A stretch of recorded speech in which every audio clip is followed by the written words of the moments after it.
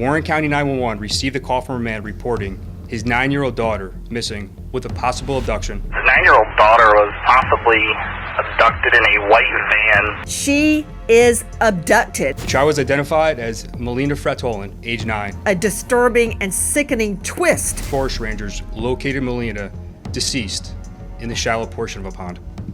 Jason Oceans, how many times have we seen a delay in issuing an Amber Alert?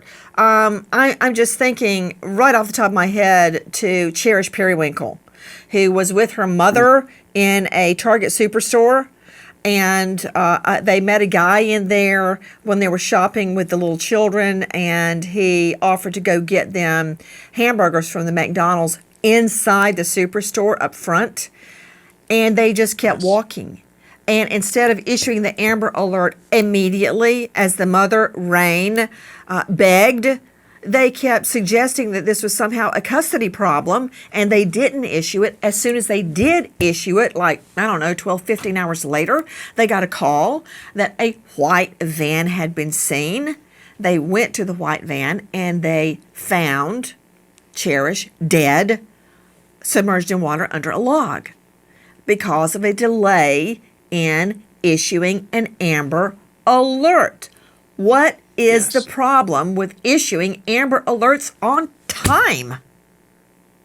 Nancy, that's a horrible spot that law enforcement is in. Sometimes there are other circumstances initially in the investigation, as you mentioned, in this horrible circumstance, and in other times they have reason to delay. There are mistakes made.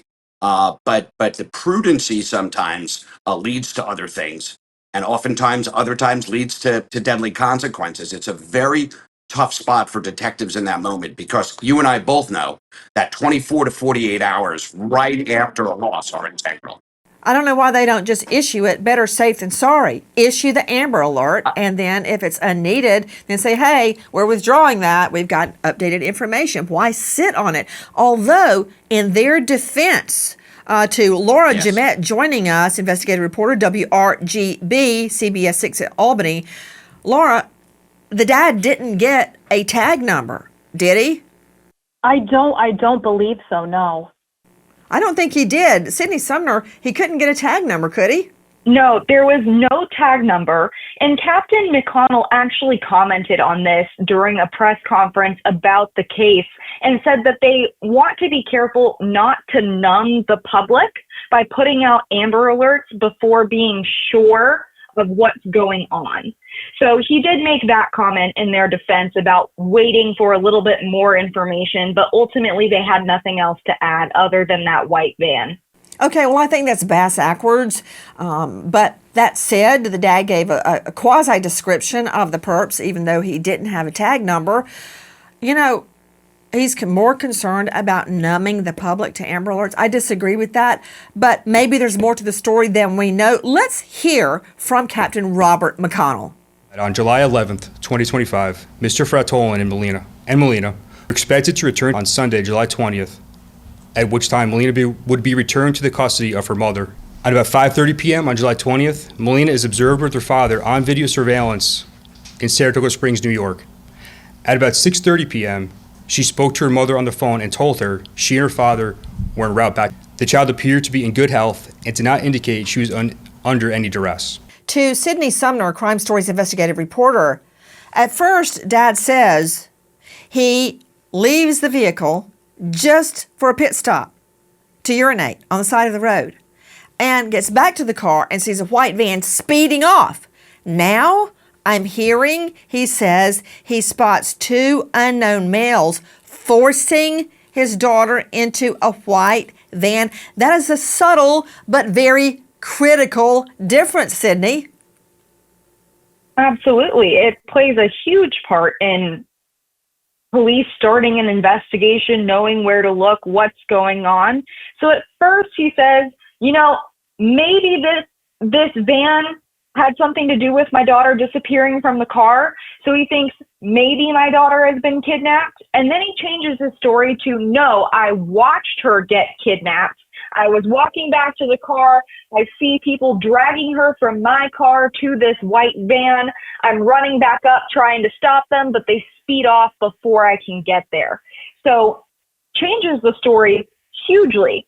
Jason Oceans is a veteran trial lawyer in this jurisdiction where little Melina goes missing.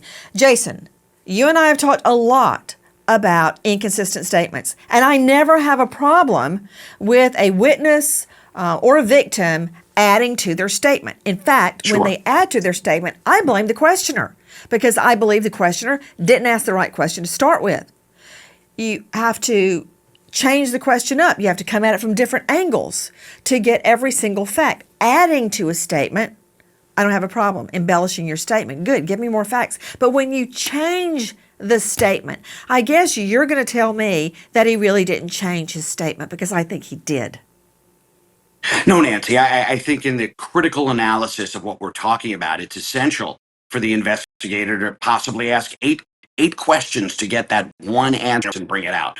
I can cross and ask the same question almost, multiple times, trying to elicit what I'm looking for, perhaps. So an investigator operates the same way as you and I do, from a prosecutor's side or a criminal defense side. But your analysis of that is exactly right, and that's seemingly the details that lead the police to question the father.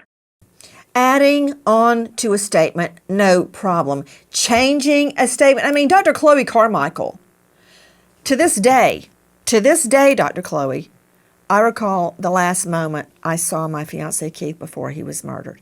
He was leaving my parents' home, and he was driving away in his white vehicle, and he lifted up his left arm out of the car and waved over the car, and I waved back. That's the last time I saw him. I remember at this moment exactly what happened, and I have a really hard time with the fact that the dad changed his story about the last moment he saw his daughter. First, it's when he gets out of the car to go urinate, pit stop in the woods. Now, he actually sees her getting dragged into a white van, because that gives me a lot of questions. Dragged by who? Did you say two men? Was she screaming? Did they seem to know her? Did she know them? Were they white? Were they Asian? Were they black? Did they have facial hair? How tall were they? I mean, a lot of questions, right? That's a big change, Dr. Chloe. You can't remember the last moment you saw your daughter, your 9-year-old little girl?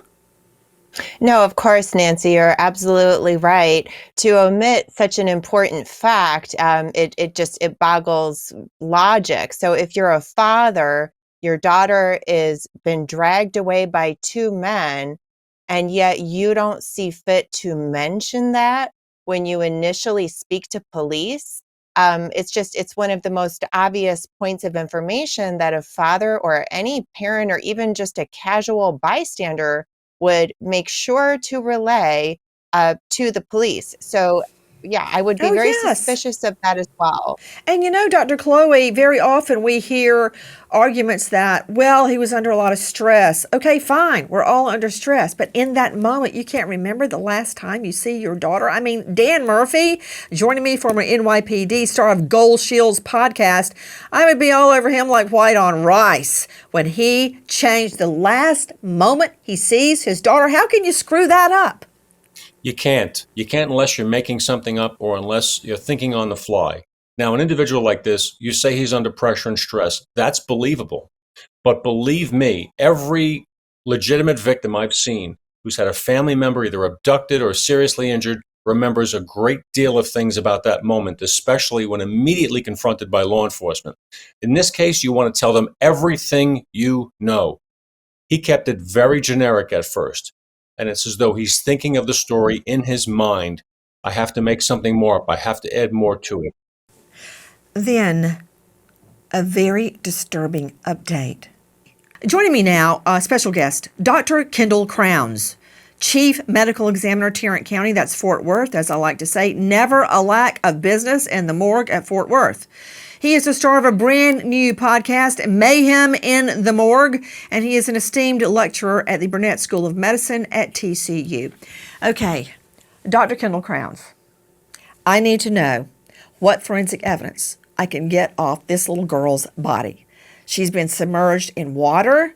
We believe, according to law enforcement in that jurisdiction, that she was killed between 7:40 p.m. and 9:12 p.m. And heartbreakingly, this is about an hour after the mother spoke to her and everything was fine. An hour and 10 minutes later, she's dead. So help me out. What can we glean from her body and how, Dr. Kendall Crowns? Okay, so pretty much it sounds like she's probably beaten and strangled. So what you'll see on the body is bruising about the head and neck, possibly on the chest. Internally, there'll be hemorrhages in the neck musculature. There might be little pinpoint hemorrhages, which are called petechial hemorrhages in the eyes, which are seen with strangulations as well. Due to her age, there probably won't be any fracturing of the bones around her neck, the hyoid bone, the thyroid cartilage. Those won't be fractured because she's too young. But what you'll see internally is a lot of neck muscle hemorrhage from a strangulation. Now, if she's been beaten about the head, you'll see bruises of the head. You possibly will see skull fractures, and you might see hemorrhages on the brain called subarachnoid hemorrhages or subdural hemorrhages as well. So you might have a combination of beating with a strangulation, but that's what you'll be really looking for. Dr. Kendall Crowns, how can I find evidence on her that can point me to the perp? How likely is it that DNA on her body would survive being pushed under a log and submerged in water? So with the DNA that you would have with blunt force injuries or strangulation, it'd be more of the touch DNA on the surface of the skin. And that can be obscured by being submerged in water, especially if she's in there for a prolonged period of time. So it may be difficult to necessarily get DNA from the body that can implicate an individual.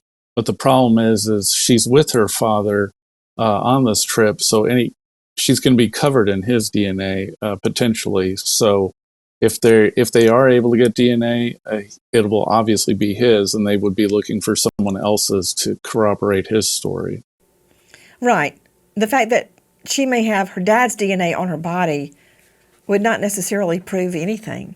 I mean, if he had hugged her that morning or, picked her up and put her on a ride or anything like that could have left DNA. I still don't know if she was clothed or unclothed, which would make a big difference in the type of DNA, if any, is found on the body. Would you agree with that, Dr. Kendall Crowns? I would agree with that. And the very fact that she's in a car with him, she's going to be coated with his DNA. If she is nude, that could mean that she was possibly sexually assaulted. And in that situation, there would be able to recover DNA from her vaginal orifices or her anal orifice or even her oral orifices as well, even though she's in water.